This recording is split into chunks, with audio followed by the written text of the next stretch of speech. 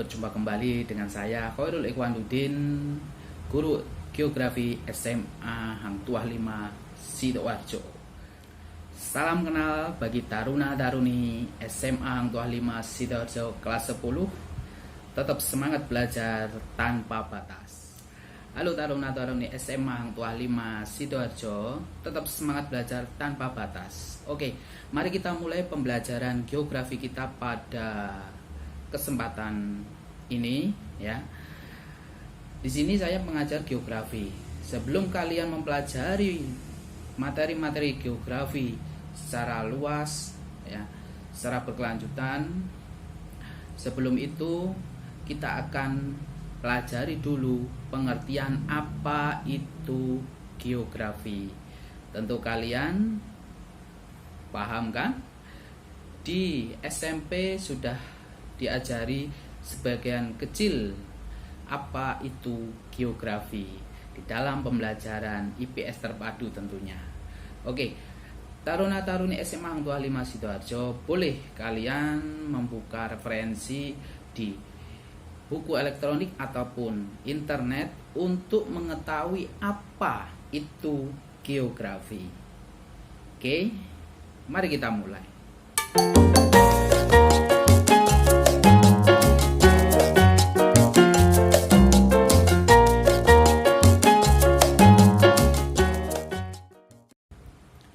Geografi adalah dari bahasa Yunani, geo itu artinya bumi. Ya, saya ulangi, dari bahasa Yunani, geo berarti bumi. Sedangkan grafi atau grafien itu diartikan menulis atau menjelaskan. Menurut Profesor Bintarto, geografi adalah ilmu yang menggambarkan menerangkan sifat-sifat bumi, menganalisis gejala-gejala alam dan penduduknya, serta mempelajari corak khas dari unsur-unsur bumi dalam ruang dan waktu.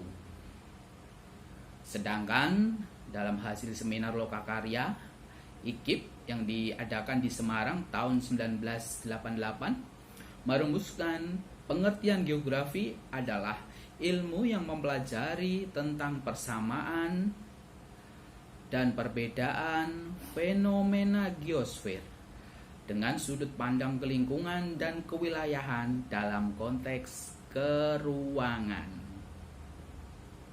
Nah, sampai di sini bisa dipahami apa pengertian geografi.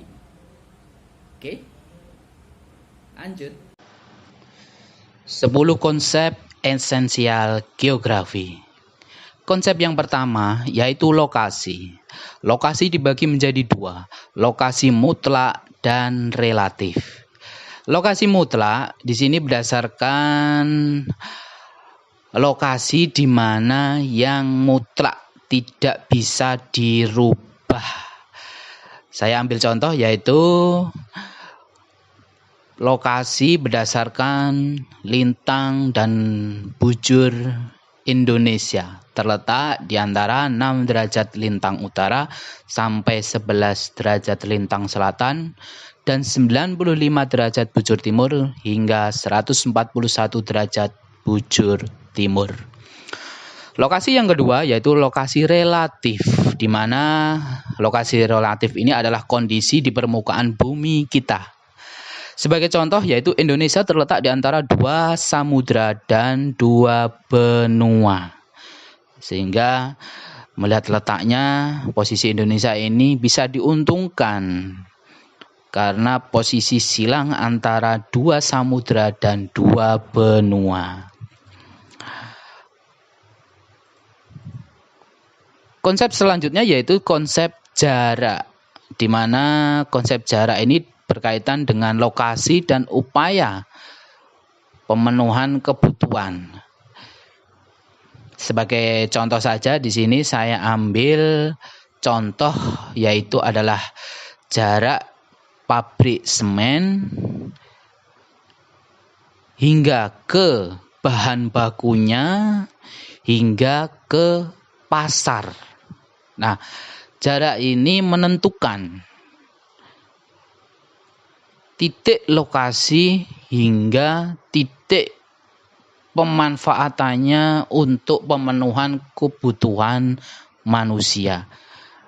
Jadi semakin pabrik semen ini jauh dari bahan baku, maka semen atau hasil produksinya juga akan semakin mahal di pasar. Ya. Selanjutnya yaitu keterjangkauan, di mana keterjangkauan ini berkaitan dengan kondisi permukaan bumi. Atau bisa saya contohkan mudah tidaknya akses, ya. Mudah tidaknya akses untuk menuju ke suatu tempat.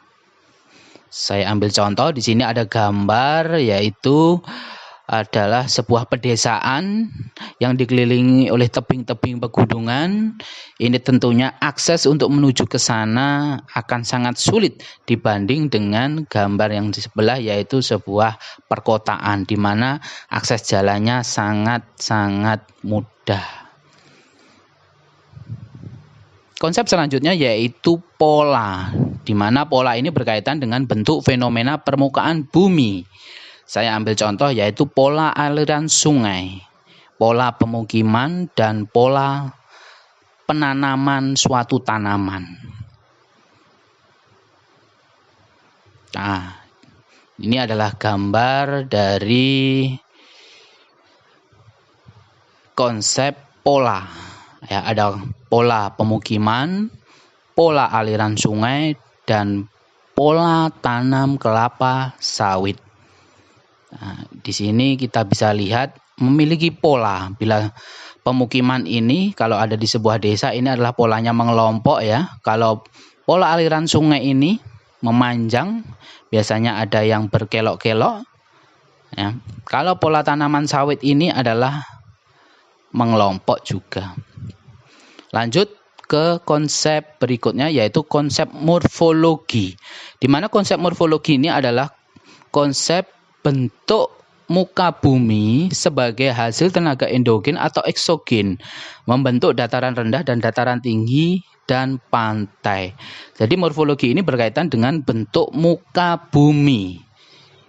Ya, kalau kita bicara dengan atau konteksnya bentuk muka bumi, pasti bentuknya bermacam-macam. Ada yang tinggi, ada yang rendah, ada yang landai, ada yang curam. Lanjut ke konsep geografi berikutnya yaitu konsep aglomerasi.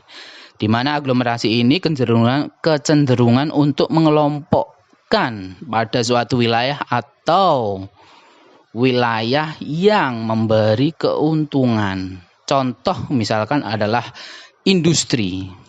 Pengelompokan industri di sebuah kota. Ya, ini ada gambarnya.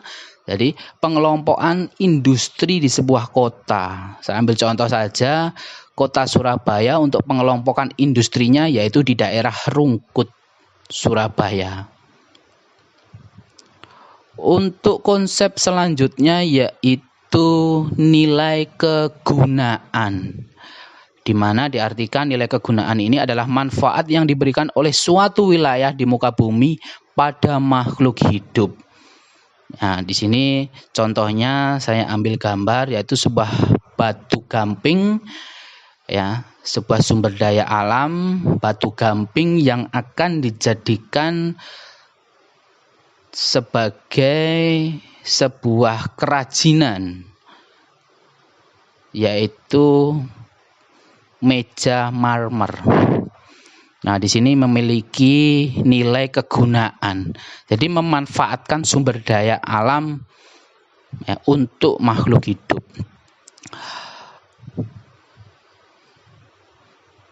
Untuk konsep selanjutnya yaitu konsep interaksi, diferensiasi area, dan keterkaitan ruang.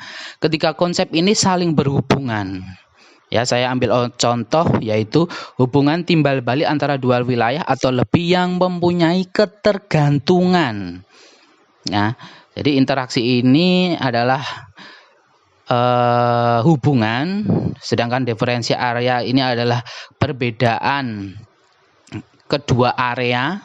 Sebagai contoh saja di sini ada gambar, yaitu di area pertanian dan area nelayan, ya.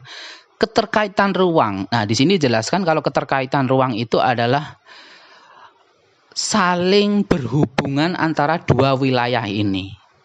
Yaitu saya ambil contoh di sini ada sebuah pertanian yang menghasilkan sebuah padi, ya, yang nanti akan berubah menjadi beras.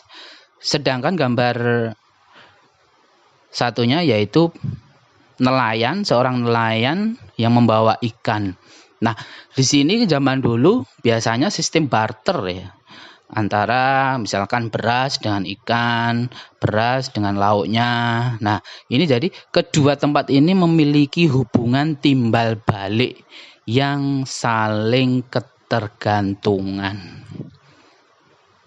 Nah, jadi itu penjelasan dari 10 konsep geografi yang perlu kita pahami. Oke. Sampai di sini dulu. Terima kasih. Oke, baik. Terima kasih untuk perhatiannya. Ya. Tetap belajar, dan belajar. Ya. Cukup sekian dari saya. Dengan apa yang saya sampaikan tadi, semoga bermanfaat bagi kalian semua. Jadi tidak hanya mengacu ke apa yang saya sampaikan, silakan mencari referensi, mencari sumber bahan ajar di mana saja, bisa melalui e-book, ya, ataupun browsing di alamat-alamat yang lain, ya. Ilmu itu luas, ya. Salam dari saya, salam belajar, semangat belajar tanpa batas. Sampai jumpa di pertemuan selanjutnya.